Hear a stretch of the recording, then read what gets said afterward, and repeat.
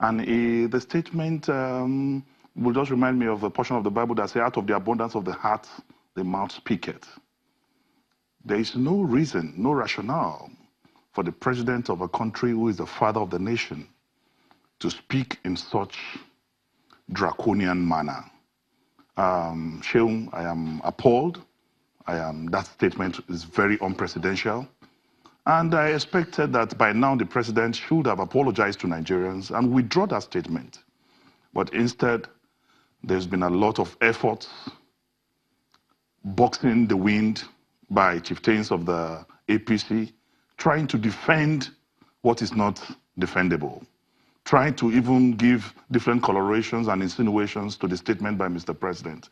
Well, Nigerians, and he spoke in English language, and all of us understand that that statement was least expected of Mr. President, but because maybe that is what he meant. But I want to say that the God we serve will continue to intervene in our situations in this country.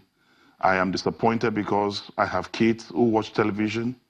Presidents are supposed to be role models for people in the society. Their statements of presidents are quotations for life that people will definitely want to read and repeat. So what will happen to a young Nigerian child who listened to the president of his country using the word ruthless, saying they're going to descend on people and kill people? I mean, it's appalling, it's a shame, it's a big shame. Mr. Keyamo, interestingly, you are a lawyer, and some of the criticisms that have come is perhaps the utterance of the president saying that they will be ruthlessly dealt with. If you hear a senior lawyer in the land, Afe Babalola, who also condemned that statement, what is your party stance on that? Do you think the president should have said that? Well, I think I've listened to so many uninformed comments since yesterday, and comments that are they are laced with heavy politics. But let me tell you straight away that there is no spin to put to the statement of the president. There is no need to repackage it. What the president said is 100% correct, 100% defensible, and I will urge him to repeat it over and over again. Let me make it very clear that the president said that whoever leads a band of thugs to go and snatch ballot boxes will pay dearly for it with his life. That is a correct statement of the law. Because if you look at the definition of thugs, people speak without looking at definitions. A thug is a murderer. A thug is a robber. A thug is a vicious person. The law is that when you are found at the scene of a crime, committing violence that will put the lives of people in danger, you can be shot dead on the spot. Every lawyer knows that one of the defenses to criminal liability is what they call justification and excuse. And that is what they call, that is justification of excuse, this particular situation. People have cited the Electoral Act, and I said those people are ignorant. That the Electoral Act says that those who snatch ballot boxes should be given some fine and 3 years imprisonment and all kinds of things. But I will tell you that under the law, if a person commits an offense, the prosecutor has an option to charge him under different laws. If those who snatch ballot boxes are robbers, by definition of the law, because if you take anything by force, you are a robber. That's the definition of armed robbery under the Robbery and Firearms Act. So if you come to a police station, take note, you don't even have to be armed. Well, in most cases, they're armed. The Robbery and Firearms Act says that if you just threaten violence or use violence, you don't have to be armed. For instance, if you use a heavy blow to threaten somebody or to actually hit somebody to snatch the person's bag, that is armed robbery. Even though you're not carrying a weapon, it's armed robbery under the Robbery and Firearms Act. And what is the punishment? The punishment is death sentence under that act. Also, if you try to intimidate and overawe the state to take power by force under that constitutional means, that can be treason or treasonable felony. And I can charge the person under treason or treasonable felony because you are trying to change a government by force by snatching a ballot box and changing a government and constitutional means, you can be charged for treasonable felony or treason. And the punishment for treason is death. So, for Christ's sake, I make no other coloration to what the president said. I make no other excuse. The president stated the correct position of the law, and I will tell the president to repeat it over and over again. We have had a problem of election rigging in our country since elections started in Nigeria.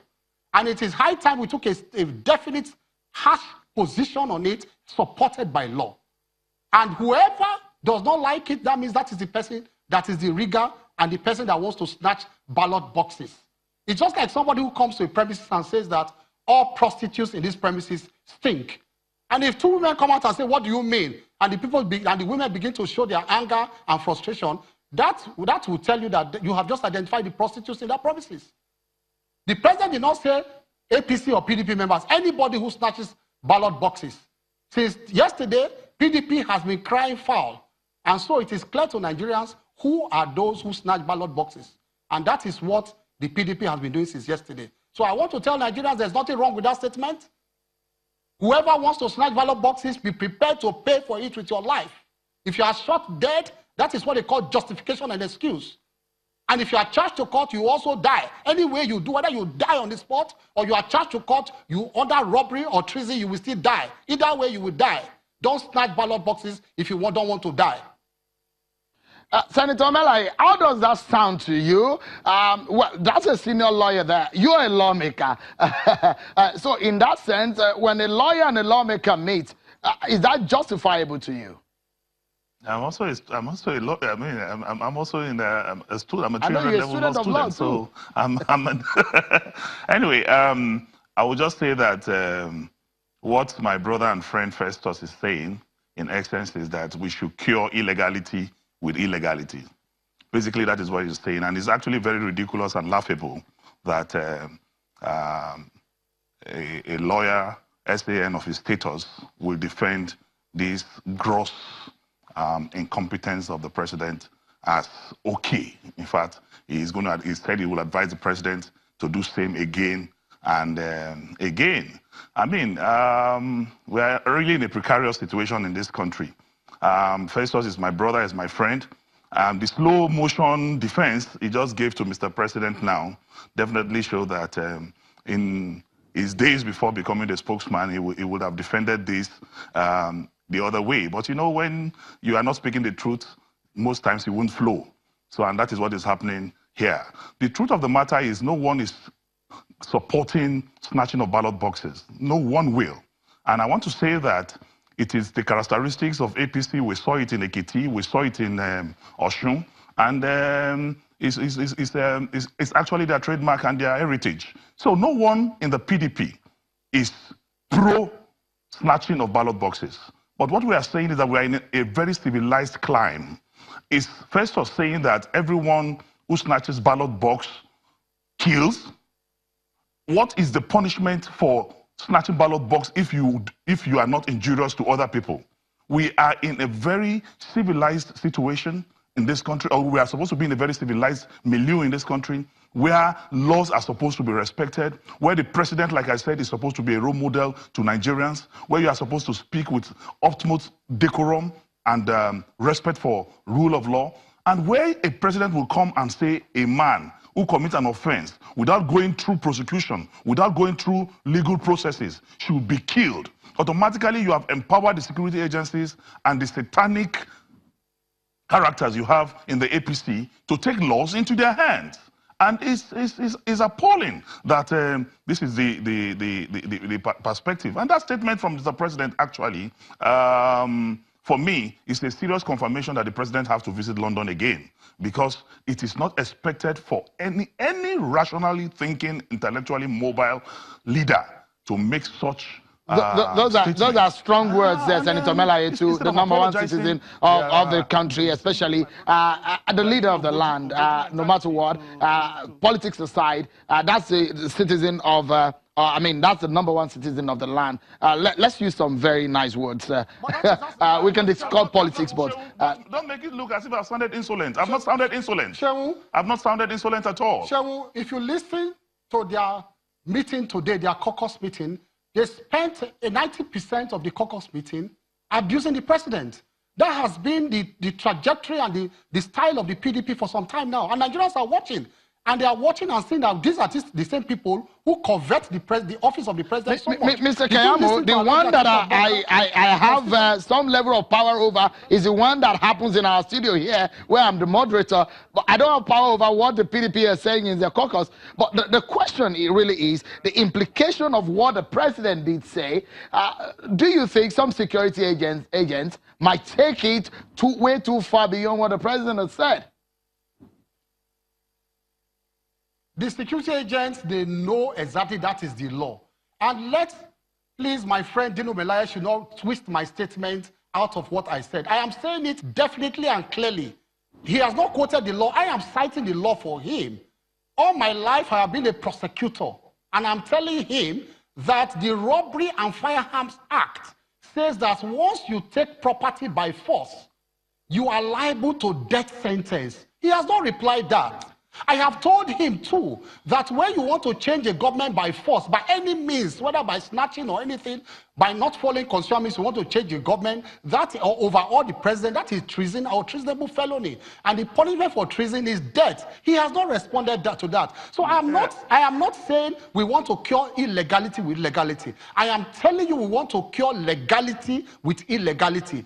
The death, and let me tell you this, even law students, and I will pray that, please, Dino Meleye, with all respect, find more time to spend in the classroom than, in hospitals and all the theatrics you play.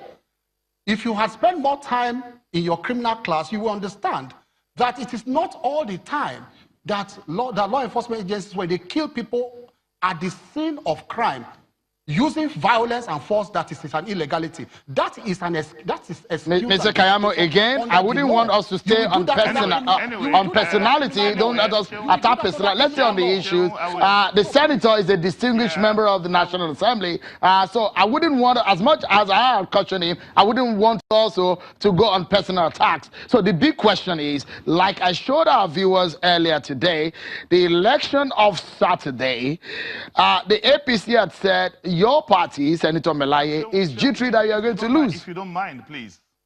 If you don't mind, please. He posed a question, and I would like to quickly respond to that. From the punctuations of the SAN, he is turning the whole thing to insults and all that. But I will not go that line with him. I will not go into the gutters with Festus. But you insulted the president now. With respect, can you apologize for insulting the president? I will just Can you apologize? I will not go into the gutters with you. No, can you apologize for insulting the president? I will not go into the gutters with you. For saying you should go back to the hospital in London? I will not go back to the gutters with you. What I want to make it, what he said is an abnormal situation. So basically, if you are saying that because a man carries a ballot box, because the president already has acted as justice or honorable judge of a high court by pronouncing death on people without going through legal decision. Your Firearms Act and all you quoted, did he empower the president, Muhammadu Buhari, to make pronouncement of death on criminals or people who are caught disobeying the law of the land? Because you are now saying that the pronouncement of the president is justified. You are a senior advocate of Nigeria. And I know that elementary law tells you that the president is not a judge of a high court, is not a magistrate, is not a Supreme Court justice. He has no powers within his disposal to make pronouncement of death or cause one to die because of an offense. So you, as senior advocate of Nigeria, is that what you were taught in law school? To say that the president has powers to make pronouncement of death on an offender or a criminal in this country? That is what I'm saying. Let me answer you. You need a court of law to make such pronouncements, not the president of a country to make declaration of death on people who have committed offense. He has no such powers. He's not a judge, he's not a justice, he's not an officer of the law. He cannot make such pronouncement. And it's disgraceful that you are here defending what is supposed to be shameful. Your kids are watching this program. Your kids will ask you tomorrow, Daddy, Do you say it is okay for a president of a country to make such very grievous, satanic, wicked, intellectually stagnant statement without recourse? I expect you, as an office, as somebody who practices law, somebody who is an apostle in the temple of justice, to come out and make ameliorations for the wrongdoing of Mr. President. Instead, you are being insolent, you are passing unprintable words on individuals here. And you said I insulted the president. I did not insult the president. Rather, I advised Mr. President. Now, the action of Mr. President, okay, Senator, just a moment. Senator, just a moment. We would like to take a break now. I'll allow Mr. Keyamo to respond to that. I'll allow you to respond. Mr. Keyamo, just a moment. We need to take this break. When we come back, I'll allow Mr. Keyamo to respond. There's still a few issues to trash out here before we go with my panel. Don't go anywhere, everyone. We'll be right back.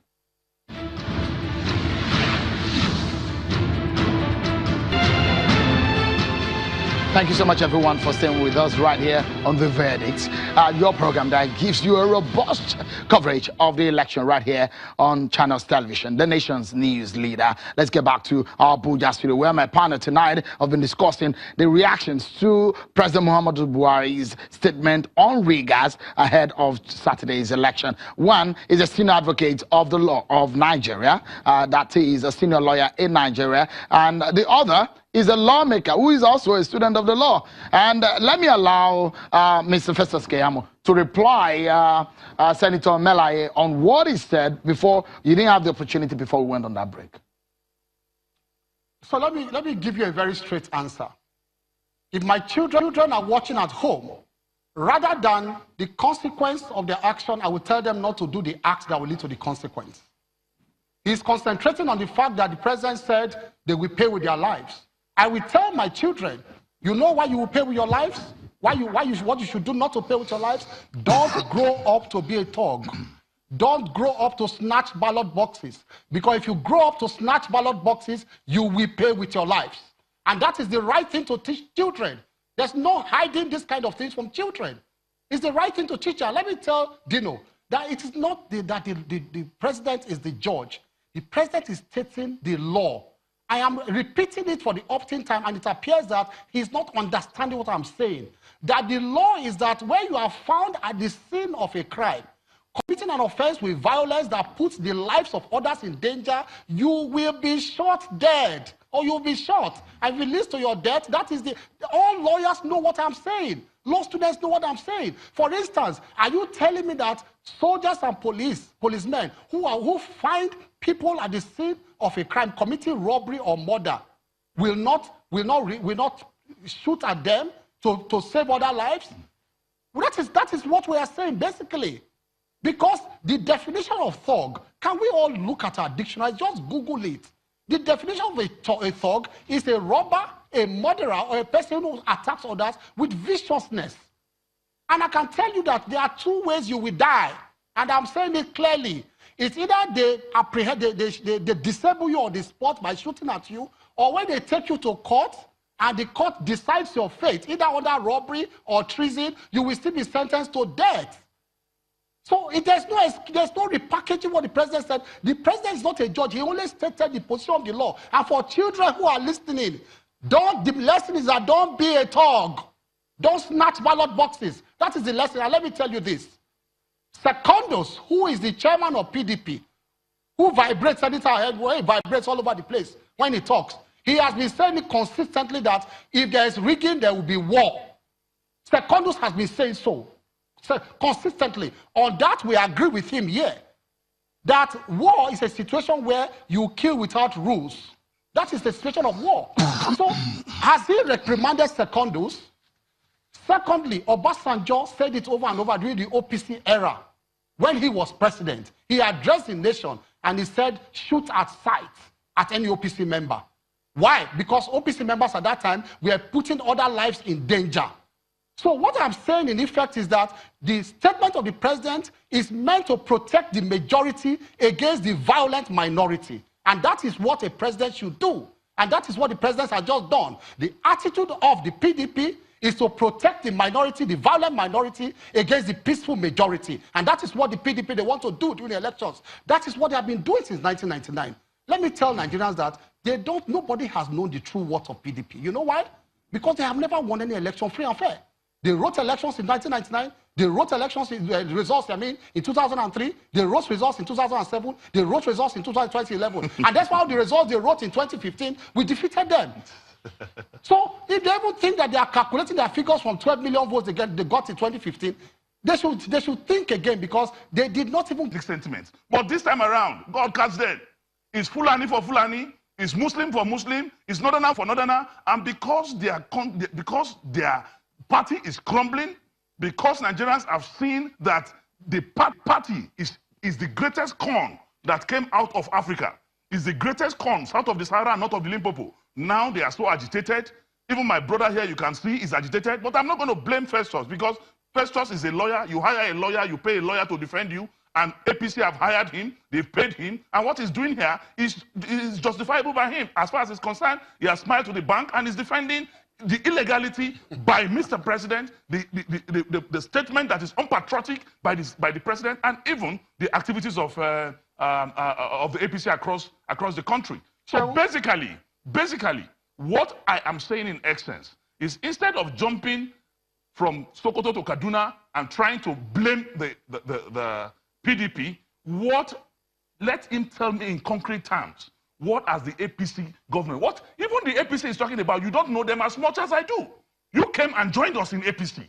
I am a founding member of the APC. You came and joined us. You came and joined us. In the APC. You were in APC. No. In the APC. You came and joined us. I am in I'm APC. a founding member. You came and joined us. You came and joined us. To join me. You came to join us. Even in the I'm APC, a foundation member. in the APC, yes. I have a better standing and footing than you. Oh, really? But once I was blind, now I can see. I see. We have seen through your orchestrations. We have seen through your lies. We have seen through your deception, and that is why Nigerians are. Senator Meleye, let me come in here. Sorry, hold on, Senator Meleye. Hold on. Let's balance the conversation. Let's go back to, though you didn't answer my question as regarding the allegations of monies linked to some members of your party. Well, Mr. Keyamo, you're a lawyer, and I'll put this to you. Under Chapter 5 of the Constitution, under Section 33, on the fundamental human rights, the big question is the validity of what you have said. And under the Geneva Convention, there are rules for wars as enshrined in that convention. Are you saying that those are the things that you're saying Nigeria should not obey it, or those statements should not go in tandem with these conventions? You didn't read those chapters very well. Before I come to those chapters, let me respond directly to the results. The 2007 results, till today, nobody has the full demographic breakdown of that report. It's the most atrocious result ever. Let me talk. This is another lie. Now, 2011, let me remind Nigerians of 2011. It is not true. Let me remind Nigerians. It is not true. Let me remind Nigerians. This is another APC now, lie. You don't want me to talk. This is another APC lie. You don't want me to talk. You intercepted me when I was speaking too. So I'm telling you that this is a bogus lie. Let me remind Nigerians of 2011. Let me remind Nigerians of 2011. In 2011, you had two northern presidential candidates. So they should not lie about 2007. You had a Fulani presidential candidate. You had Ibadu. You had in 2011. In 2011, you know there are two frontline parties. You had Shekarau, who was from Kanu. You know that. Shekarau from Kanu in 2011, and also Ibadu, also who was presidential candidate in 2011. What happened? You had Kwankwaso at that time, who was a governor of PDP in Kanu. You have Shekarau, who was a presidential candidate of ANPP. What happened? Buhari trounced the two of them, two indigenes in Kanu. Buhari beat the two of them in Kanu. He has always played a religious and ethnic card, and that lie has expired. That lie has expired. He doesn't want me to talk. That lie has expired. He doesn't want me to talk. Let's make the conversation a bit interesting and educative for our viewers. Distinguished Senator, if you hold on, let the senior advocate speak. Senator Meleye, just hold on for a moment. Mr. Keyamo, if you make your point quickly. Let me explain the fundamental human rights for you. Now, the provisions of chapter 33, look at provision of chapter 33 that talks about the right to life. There are always exceptions to the right to life. And in the exceptions to the right to life, one of those exceptions is that you can legitimately take life if you are doing it to protect the life of others or to protect the destruction of property. That is an exception under section chapter 33 that you just quoted, and even under Geneva Conventions. So it is clear that what the president said, I repeat it for the opt-in time, the president quoted the provisions of the law, supported by law, backed by the Constitution, and I will advise the president to say it over and over again. If you are not afraid of it, if you don't want to fall into that trap, don't snatch ballot boxes. Don't interrupt the process, the voting process, which the PDP is planning to do. You see why they are jittery? You see why they are afraid? You are more jittery than anyone else. You are more jittery than anyone else. They want to snatch ballot boxes. You are more jittery than anyone else. That is why they are afraid. That's why they are afraid. So let me just quickly tell you this. The jungle justice, the anti-jungle justice bill is my bill. And President Muhammadu Buhari signed that bill into law December 2 years ago. And that bill is my bill. And what the president have done is an endorsement of jungle justice. What the president have done, he is a lawyer. He knows what happened in Ballot versus government of Oyo State, where a criminal that has been sentenced to death, talking about the right to life, who has been sentenced to death already because his death warrant have not been signed by the governor of the case of the state. He was executed. But the court held that his family be compensated, that despite the fact that he has been condemned to death, he still have right to life. But he is endorsing now the statement of the president, saying that without going through prosecution, without legal trial, a man can be killed. Yeah, when that is what Festus Keyamo is saying. When you are threatening the life of others. All right, gentlemen, just hold on, hold on, Senator, hold on, Senior Advocate, hold on. This conversation, let's bring this conversation home, and it's going to be about who wins this election. And perhaps the conversation about how these all will play out on the day of election with all of these states that we have analyzed earlier, Adamawa, Akwa Ibom, Kano. Senator Meleye, quickly, if you can tell us, how difficult is it for your party to win some of these states, for example, Kano, Lagos, Kwara? Do you see a light at the end of the tunnel for your party in that regard? There are trends and they're changing. By the grace of God, Sheung, I'm going to call you on Sunday evening or Monday morning to ask you the results of those states. President Muhammadu Buhari has spent his integrity. The APC, as I speak to you, is not only unpopular, but by their actions and inactions, they've demonstrated incapacitation. They've shown that perfidy, killings, is what will dominate this country if we have another 4 years. The election is not between Atiku Abubakar and Muhammadu Buhari. The election is between Muhammadu Buhari and the masses of the Federal Republic of Nigeria who have made up their minds. Even from the campaigns, you can see what happened in Kano, what happened in Lagos, what happened in Ogun, in their own rally. Nigerians already have decided that Atiku Abubakar is the next president of the Federal Republic of Nigeria. Why are they afraid? Why are they scared? Why are they trying to burn the bridge through which they came into power? Nigeria is a democratic country. Nigeria is a civil society. They should allow the process to go uninterrupted. All the ballot papers that were arrested in Kano, arrested in Kogi, arrested in Ondo, all of them were thumb-printed APC ballot papers. So who is rigging? Who is attempting to rig the election? You've had your time, Senator Meleye. You've had your time. Let me allow Mr. Keyamo to come in here. Mr. Keyamo, when your party won some of the states that we're talking about, you had the likes of Atiku Abubakar, Bukola Saraki, you have Kwankwaso in your party, but this time around you're not having them any longer. What are the hopes for your party? Do you see Muhammadu Buhari, your candidate, coming out as a winner on Saturday?